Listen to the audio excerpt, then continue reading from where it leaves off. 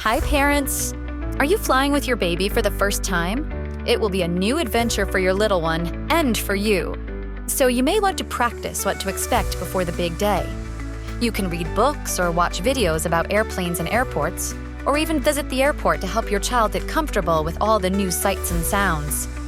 Many airports even offer tours. When booking your tickets, coordinate with your airline to ensure your family can sit together. And consider buying a ticket for your child under 2 so that you can use your approved car seat. It is the safest place for them to be, especially during unexpected turbulence. Help your child remain safely and comfortably secure in their car seat throughout the flight by providing snacks, toys, books, or videos. During takeoff and landing, using a baby sling or carrying harness is not allowed. And you should consider a plan for air pressure changes during those times, like providing a pacifier, bottle, or snack to chew on. You're probably saying, hey, that's a lot of stuff to carry. So it's a good idea for you to practice too. Figure out who is carrying what through the airport. Have a game plan so you can be as hands-free as possible.